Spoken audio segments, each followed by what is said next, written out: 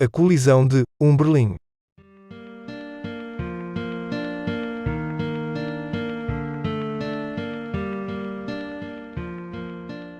Fora de controle.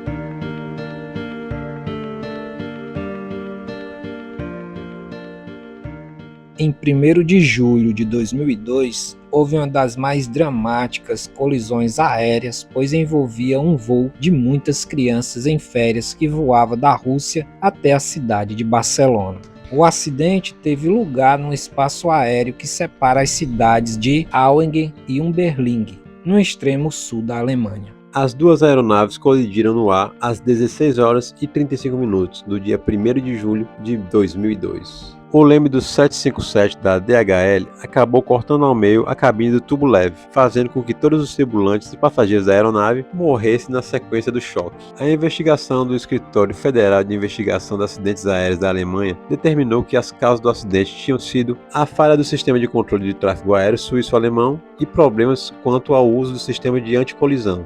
1 ano e meio depois da colisão aérea, o controlador de tráfego aéreo que estava de serviço na hora do acidente, o dinamarquês Peter Nielsen, foi morto à facada em 24 de fevereiro de 2004, em um aparente ato de vingança pelo russo Vitaly Kaloyev, que perdeu a esposa e os 2 filhos no acidente. O voo 2937 da Bashkirian Airlines foi um voo fretado de Moscou, Rússia, para Barcelona, Espanha, transportando 60 passageiros e 9 tripulantes. 45 dos passageiros eram estudantes russos da cidade de Ufa, em Bascortustão, em uma viagem escolar organizada pelo comitê local da Unesco, à Costa Dourada, perto de Tarragona, na Catalunha. A maioria dos pais das crianças eram funcionários de alto escalão da República Autônoma Russa.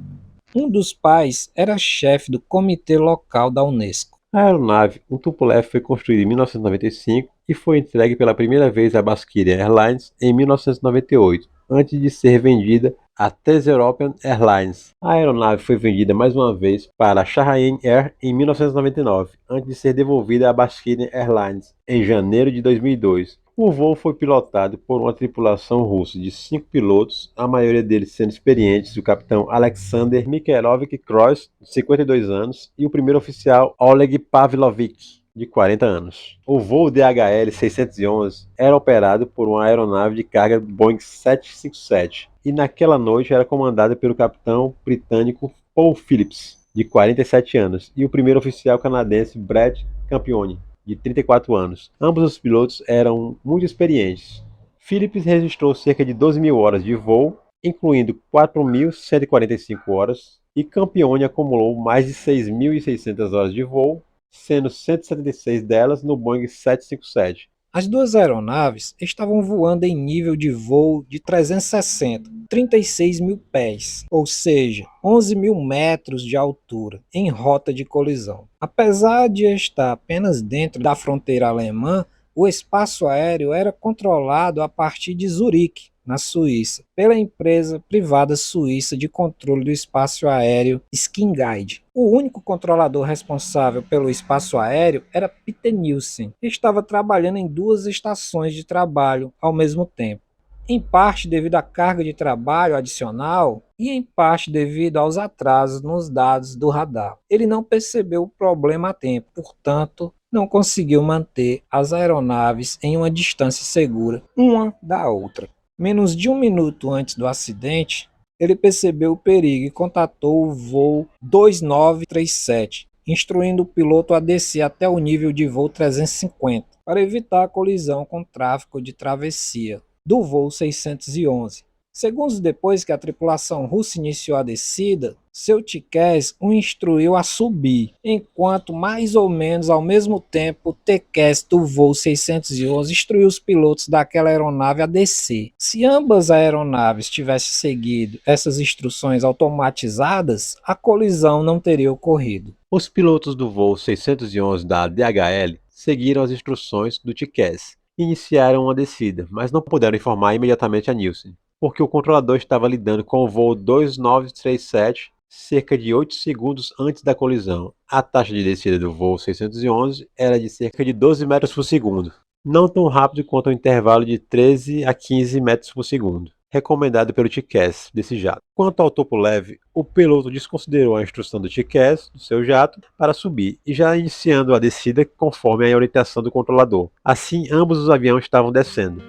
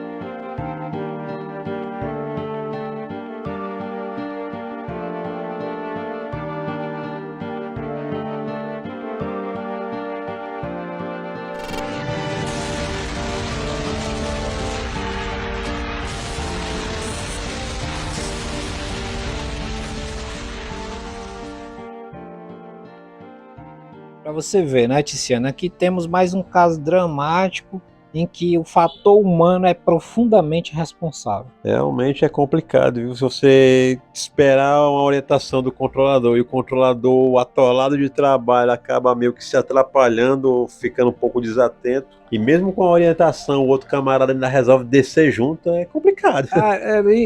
Tu tá ligado, se o controlador Peter Nielsen não tivesse interferido em qualquer coisa, esse acidente nunca teria acontecido. É complicado, realmente foi uma situação realmente, acredito que única e bem lamentável.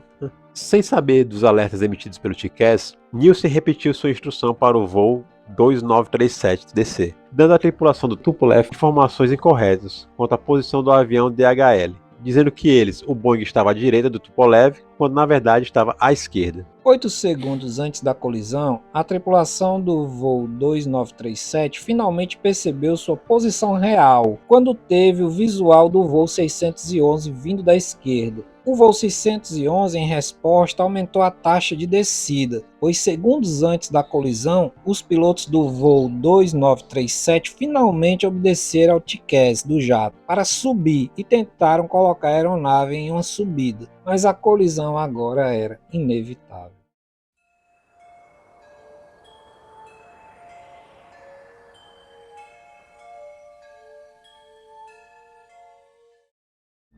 De volta ao Lago Constance, foi revelado o tamanho do desastre. No jardim de Ula Dinklager e espalhado por quilômetros na zona campestre, estavam as fuselagens da pior colisão aérea da Europa em 30 anos. Uma asa e parte da estrutura do Tupolev caíram na direção da casa de Ula Dinklager. Muitas faíscas caíram por aqui e eu fiquei tentando cobrir a cabeça.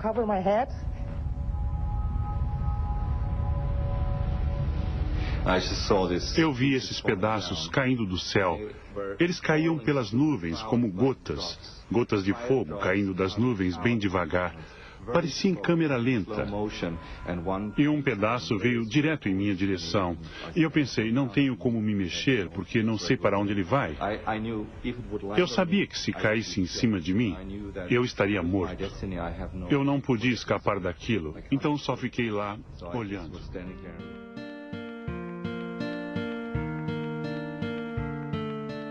A aeronave colidiu às 18 horas e 35 minutos e 32 segundos, quase em um ângulo reto e em uma altitude de 10.630 metros, 34.890 pés, com o estabilizador vertical do Boeing cortando completamente ao meio a fuselagem do Tupolev, logo à frente das asas. O Tupolev se partiu em vários pedaços, espalhando destroços por uma ampla área. A seção do nariz caiu verticalmente, enquanto a seção da cauda dos motores continuou, estolou e caiu. O Boeing danificado, agora com 80% de seu estabilizador vertical perdido, tentou voar por mais 7 quilômetros antes de colidir com a área arborizada perto da vila de Teisendorf, em um ângulo de 70 graus para baixo. Cada motor acabou caindo várias centenas de metros longe dos destroços principais, e a seção da cauda foi arrancada da fuselagem por árvores, pouco antes do impacto com o solo. Todas as 69 pessoas no Tupolev e ambos os membros da tripulação a bordo do Boeing morreram. Outros fatores para o acidente. Centro de Controle de Tráfego Aéreo da Skingard, apenas um ATC, Peter Nielsen, do Centro de Rotas de Zurique, estava controlando o espaço aéreo através do qual a aeronave voava. O outro controlador de serviço estava descansando em outra sala durante a noite. E isso é contra os regulamentos da Skingard, mas era uma prática comum há anos e era conhecido e tolerado pela administração. Os trabalhos de manutenção estavam a ser efetuados no sistema principal de processamento de imagem do radar, o que obrigou os controladores a utilizarem um sistema de radar inferior. O Sistema de Alerta Óptico de Colisão Baseado no Solo, CTCA, que teria alertado o controlador sobre a colisão pendente cerca de 2 minutos e meio antes de acontecer, foi desligado para manutenção. Nielsen não fazia ideia disso. Um sistema de alerta sonoro de alerta de conflitos de curto prazo, que lançou um alerta dirigido à estação de trabalho Ressued às 18 horas e 35 minutos e 32 segundos antes da colisão, esse aviso não foi ouvido por nenhum dos presentes nesse momento, embora nenhum erro nesse sistema tenha sido encontrado no auditório de técnicas subsequentes. Entretanto, esse aviso sonoro é funcional ou não. Não é algo que seja tecnicamente registrado. Mesmo que Nielsen tivesse ouvido este aviso, naquele momento, encontrar uma ordem e resolução útil naquele momento seria impossível. O Reino do Bahrein, a Suíça e a Federação Russa apresentaram posições que foram publicadas no relatório oficial. Os Estados Unidos não apresentaram posições divergentes. As declarações divergentes foram publicadas literalmente como um apêndice no relatório dos investigadores da BFU. A declaração do Reino Unido do Bahrein, país de origem do avião da DHL, concorda em grande parte com as conclusões do relatório. Ele diz que o relatório deveria ter colocado menos ênfase nas ações dos indivíduos e mais nas falhas dentro da organização de gestão da Skingard. A declaração do Bahrein também menciona a falta de gerenciamento de recursos da tripulação da cabine do Tupolev como um fator do acidente. A Federação Russa afirma que os pilotos russos não conseguiram obedecer ao conselho do TCAS para escalar. O aviso foi dado quando ele estava a 10.800 metros, ou seja, 35.500 pés, enquanto o controlador declarou à aeronave que o tráfego conflitante estava acima deles, 11.000 metros, ou seja, 36.000 pés. Além disso, o ATC forneceu a posição errada do avião da DHL, 2 horas em vez de 10 horas reais. A Rússia afirma que a tripulação da DHL tinha uma possibilidade real de evitar uma colisão, já que podiam ouvir a conversa entre a tripulação russa e o controlador. Aí é um fator importante. A Suíça observa que o Tupolev estava cerca de 33 metros, 108 pés, abaixo do nível de voo ordenado pelo controlador suíço, e ainda descendo a 580 metros por minuto, ou 1.900 pés por minuto. Os suíços afirmam que essa também foi uma causa do acidente. A Suíça também solicitou que a BFU fizesse uma conclusão formal que os avisos do TCAS teriam sido úteis se obedecidos imediatamente. O BFU recusou-se a fazê-lo. Consequências. Nielsen necessitou de atendimento médico devido ao estresse traumático causado pelo acidente. Na Skingard, seus ex-colegas mantinham um vaso com uma rosa branca sobre o antigo posto de trabalho de Nielsen. A Skingard, depois de inicialmente ter culpado o piloto russo pelo acidente, assumiu a responsabilidade total e pediu perdão aos parentes das vítimas. A Skin Guide pagou a indenização às famílias das crianças mortas no valor da compensação foi cerca de 34,87 mil dólares, aproximadamente 170 mil reais. Alguns parentes pediram um aumento por cerca de 40 mil dólares, cerca de 200 mil reais. O Tribunal Federal da Suíça rejeitou os recursos de alguns parentes por indenizações mais altas em 2011. Em 27 de julho de 2006, o Tribunal em Constância decidiu que a República Federativa da Alemanha deveria pagar uma indenização à Baskinian Airlines. O tribunal concluiu que a Alemanha era legalmente responsável pelas ações da Skigard. O governo apelou pela decisão, mas no final de 2013, a Baskinian Airlines e a República Federal da Alemanha chegaram a um acordo tático, encerrando o processo antes da decisão sobre as questões legais fossem alcançadas. Os nomes das vítimas no memorial do acidente em Umberlingen. Em outro caso perante o tribunal em Constância, o seguro de responsabilidade civil da Skingard está processado em Baskinian Airlines em 2,5 milhões de euros em danos. O caso foi aberto em março de 2008. Espera-se que as questões jurídicas sejam difíceis, já que a companhia aérea entrou com pedido de falência de acordo com a lei russa. Uma investigação criminal da Skingard começou em 2004. Em 7 de agosto de 2006, o promotor suíço apresentou acusações de homicídio culposo contra 8 funcionários da Skingard. O promotor pediu pena de prisão de 15 meses se for considerado culpado. O veredito foi anunciado em setembro de 2007. 3 dos 4 gerentes condenados receberam penas de prisão suspensas e o quarto foi condenado a pagar multa. Outros 4 funcionários da Skingard foram inocentados de qualquer irregularidade.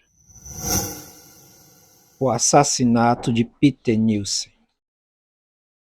Kaloyev descobriu onde ele morava. Eu fui ver o controlador. Sabia que ele estivera de serviço naquela noite. Tudo isso tinha que ter um fim. O ciclo precisava ser fechado. Eu não queria esperar mais e decidi acabar com tudo eu mesmo. Nilson apareceu. Era mais alto do que eu. Eu lhe mostrei as fotos dos meus filhos nos caixões. Ele empurrou a minha mão e então recebeu o que merecia. Вот когда вот говорят, вот это вот месть была или что-то была, месть это... Alguns dizem que foi vingança, mas vingança é uma coisa insignificante. Alguém se vinga quando foi profundamente insultado, mas isso não era vingança. Isso era punição. Это не месть была, это, скорее всего, кара была. Devastado pela morte de sua esposa e 2 filhos a bordo do voo 2937, Vitaly Kaloyev, um arquiteto russo, responsabilizou Peter Nielsen pessoalmente pelos óbitos. Ele rastreou e esfaqueou Nielsen até a morte na presença da esposa e 3 filhos de Nielsen, em sua casa em Kloten, perto de Zurique, em 24 de fevereiro de 2004.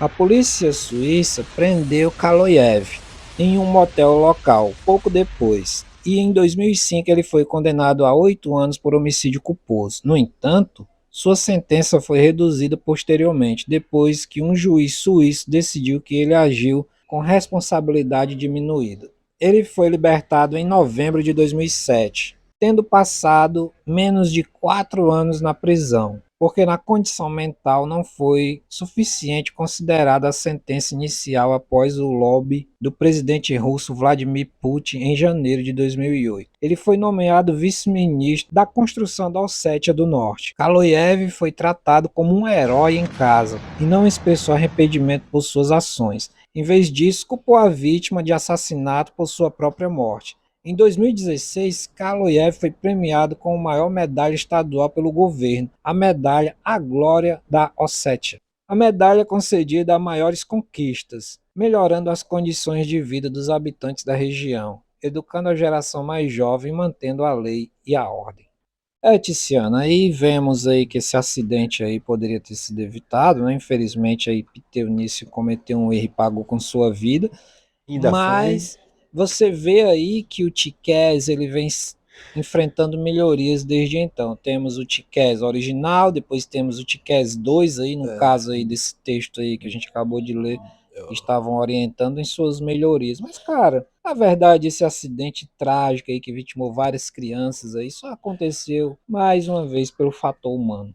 É aquela questão, Thiago, de sobrecarregar. O cara tava cuidando de duas plataformas praticamente, enquanto o parceiro que podia estar dando uma força estava ali dormindo do lado, né? É questão mesmo humana. É, questão humana. Infelizmente aí, várias vidas perdidas aí. E, cara, não só perdidas, a forma que essas pessoas perderam a vida foi muito brutal. Lamentável, lamentável demais. Crianças e adolescentes, é complicado. E aqui, Tiziano, fechamos mais um episódio de Mayday, hein?